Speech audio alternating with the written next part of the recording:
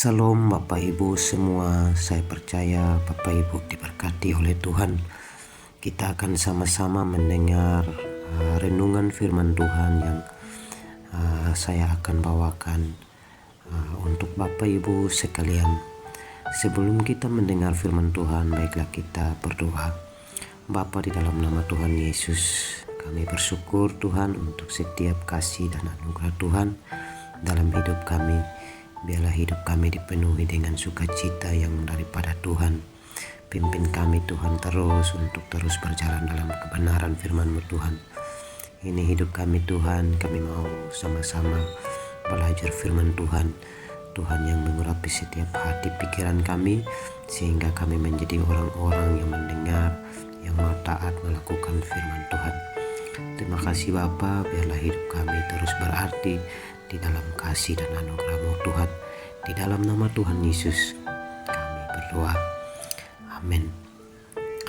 Bapak Ibu, saudara-saudara sekalian, pada pagi hari ini kita akan sama-sama mendengar firman Tuhan yang saya ambil di dalam Injil Lukas pasalnya yang ke-8 ayat 19 sampai 21. Demikian bunyi firman Tuhan. Yesus dan sanak saudaranya. Ibu dan saudara-saudara Yesus datang kepadanya, tetapi mereka tidak dapat mencapai dia karena orang banyak. Orang memberitahukan kepadanya, ibumu dan saudara-saudaramu ada di luar dan ingin bertemu dengan engkau. Tetapi ia menjawab mereka, ibuku dan saudara-saudaraku ialah mereka yang mendengar firman Allah dan melakukannya. Amin. Bapak Ibu saudara-saudara sekalian, pada saat ini kita sama-sama mendengar tentang firman Tuhan di dalam Lukas yang judulnya adalah Yesus dan sanak saudaranya. Baik Bapak Ibu sekalian, renungan kita pada hari ini ada beberapa poin yang akan saya bagikan untuk kita semua mendengar tentang firman Tuhan. Yang pertama di sini kita melihat bahwa ketika Tuhan Yesus, kemanapun Tuhan Yesus berjalan, Tuhan Yesus dikerumuni banyak orang, sehingga tempat di mana Tuhan Yesus berada sudah pasti berdesak-desakan. Kebetulan ibu dan saudara-saudara Yesus yang datang, tetapi mereka di dalam ayat ke-19, tetapi mereka tidak dapat mencapai dia karena orang banyak.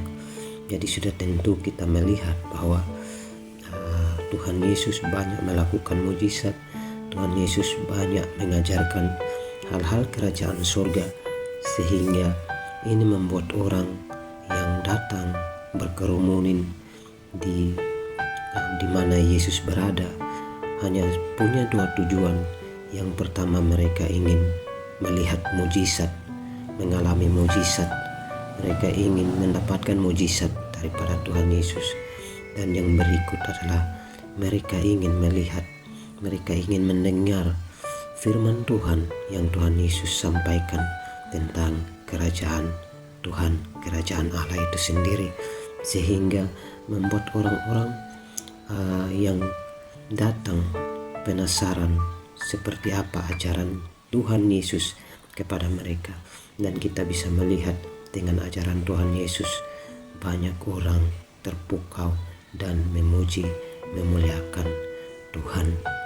Jadi kita bisa melihat bahwa sungguh luar biasa Tuhan yang mau turun jadi manusia, berjalan bersama-sama dengan manusia, bersentuhan langsung dengan manusia, dan juga menunjukkan kasih Tuhan yang luar biasa bagi kehidupan kita manusia. Dan yang berikut adalah kita tahu juga di sini ibu dari Tuhan Yesus atau Ibu Maria dan saudara-saudara Tuhan Yesus, ada juga yang bernama Yakobus, ada juga yang bernama Yoses dan lain sebagainya. Mereka punya kerinduan sebagai seorang ibu, sebagai saudara dari Yesus, sehingga mereka ingin bertemu dengan Tuhan. Namun apa yang terjadi Bapak Ibu? Di situ kita melihat bahwa mereka sangat sulit untuk bertemu. Walaupun mereka rindu, walaupun mereka sangat ingin sekali bertemu dengan Tuhan Yesus, namun karena kerumunan banyak orang, mau tidak mau mereka harus meminta izin untuk ada yang memberitahukan bahwa Ibu Yesus dan sanak saudaranya, sehingga bisa bertemu dengan keluarganya Tuhan Yesus. Jadi di sini kita bisa melihat Bapak Ibu bahwa sebagai manusia kita merasakan kerinduan, kita merasakan yang namanya ingin bertemu dengan orang-orang yang kita kasihi, orang-orang yang kita sayangi. Dan itu adalah sifat manusia yang kita miliki, yang Tuhan taruh dalam diri kita untuk kita saling peduli, untuk kita saling menyayangi. Dan kita melihat kehidupan kita juga, kita ingin bertemu dengan setiap orang yang kita sayang, orang yang kita yang selalu dekat dengan kita. Itulah yang sering kita lakukan, dan itu juga terjadi dalam kehidupan ibu dari Tuhan Yesus dan saudara-saudara Tuhan Yesus. Namun dalam ayatnya yang ke-21 ada jawaban Yesus yang sangat-sangat, kalau saya sangat-sangat terpukau untuk kita melihat arti dan perumpamaan yang Tuhan Yesus nyatakan dalam ayatnya yang ke-21. Dalam ayatnya yang ke-21 Tuhan Yesus mengatakan, "Tetapi ia menjawab mereka, Ibuku dan saudara-saudaraku ialah mereka yang mendengar firman Allah dan melakukannya." Wow, ini adalah bukan sindiran terhadap Ibu Yesus yang dimana Tuhan tidak mau bertemu dengan ibu dan saudara-saudaranya, tapi ini adalah sebuah teguran bagi kita anak-anak Tuhan yang sudah percaya kepada Yesus, bahwa kita akan menjadi saudara-saudara di dalam Tuhan jika kita mau mendengarkan firman Tuhan dan mau melakukannya. Jadi Tuhan Yesus bukan hanya menganggap Maria dan saudara-saudaranya, Yakobus, Yoses dan lain sebagainya, bukan menganggap mereka hanya sebagai saudara, tetapi kita juga yang mau melakukan firman Tuhan dan mendengar firman Tuhan, kita adalah ibu dan saudara-saudara Tuhan Yesus. Ini adalah makna penting buat kita pelajari, bahwa makna yang tersirat dalam firman Tuhan ini adalah kita harus taat belajar firman Tuhan, kita harus memiliki teladan untuk melakukan apa yang firman Tuhan ajarkan bagi hidup kita. Nah, di sini juga ada ayat referensi yang saya mau bagikan dan juga sebagai ayat hafalan bagi kita semua, di mana di dalam kitab Amsal pasalnya yang ke-17 dan ayatnya yang ke-17 menyatakan bahwa seorang sahabat menaruh kasih setiap waktu dan menjadi saudara dalam kesukaran.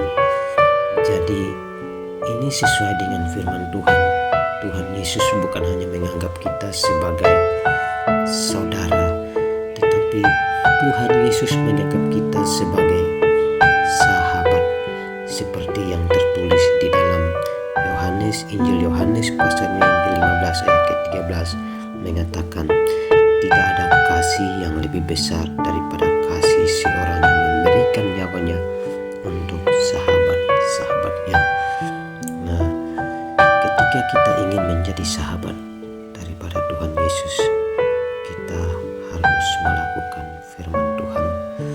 Kita harus mendengar firman Tuhan, karena Tuhan Yesus bilang seorang sahabat menaruh kasih setiap waktu dan menjadi seorang saudara dalam kesukarannya.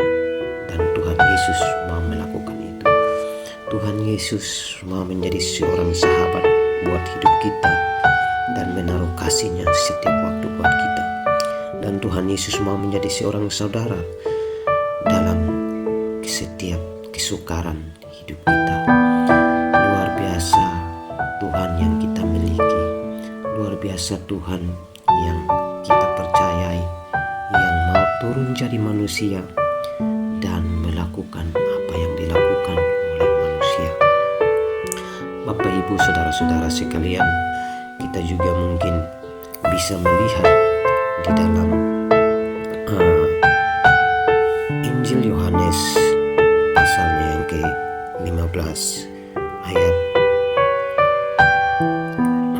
ayatnya yang ke-13 sampai 14 dan 15. Firman Tuhan menyatakan sungguh sangat luar biasa.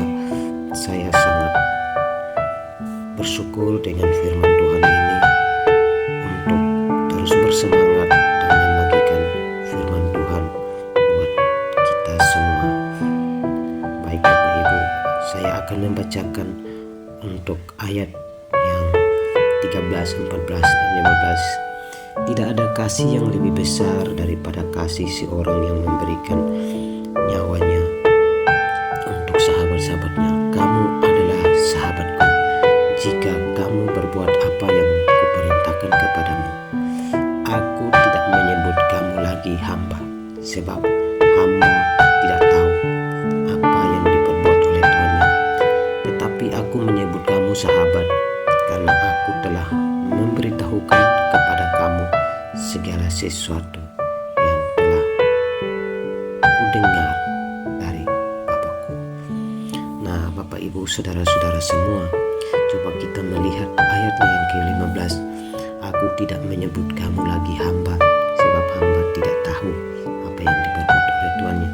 Tetapi aku menyebut kamu sahabat, karena aku telah memberitahukan kepadamu segala sesuatu yang telah kudengar dari Bapakku. Mungkin di sini kita berbicara tentang bagaimana relasi seorang sahabat. Bapak Ibu mungkin pernah mendengar tentang kisah Daud dan Yonatan di dalam kitab Samuel, di mana ketika Daud berperang melawan Goliat, hati Yonatan merasa terpaut, dan disitulah terjalin hubungan persahabatan yang sangat luar biasa, di mana Daud mengalami kesukaran dari Saul, ayahnya Yonatan.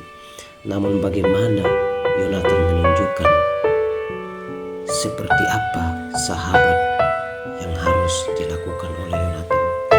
Walaupun nyawa Daud terancam, tetapi Yonatan terus memberitahukan apa yang menjadi rencana-rencana ayahnya terhadap Daud, sehingga kita melihat persahabatan antara Daud dan Yonatan adalah persahabatan yang Tuhan maksudkan untuk bagaimana kita membangun hubungan kita secara pribadi, secara intens dengan hubungan bersama Tuhan.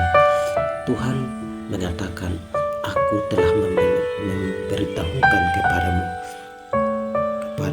kamu segala sesuatu yang telah kudengar dari Bapakku. Jadi di sini Tuhan Yesus mau memberitahukan bahwa segala kasih karunia telah dilimpahkan untuk hidup kita.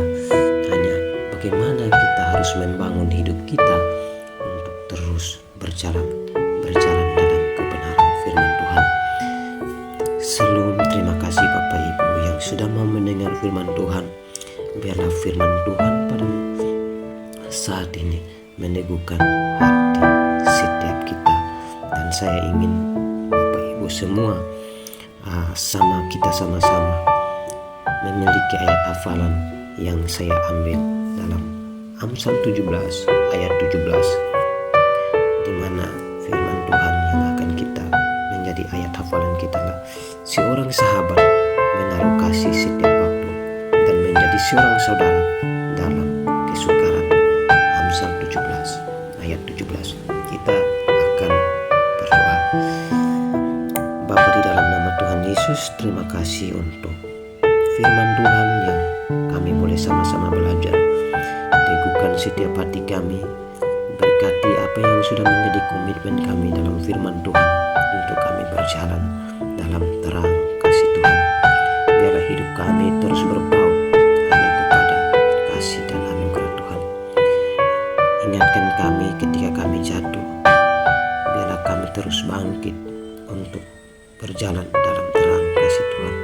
Sebagai manusia kami sering luput, namun kami percaya Roh Kudus-Mu yang akan menolong dan membawa kami kepada jalan kebenaran dan kehidupan yang kekal. Terima kasih Tuhan Yesus untuk firman-Mu. Biarlah kami terus belajar firman Tuhan untuk menjadi saudara, untuk menjadi sahabat di dalam Kristus Tuhan yang telah memberikan nyawa bagi penebusan dosa umat manusia. Terima kasih Bapa dalam nama Tuhan Yesus.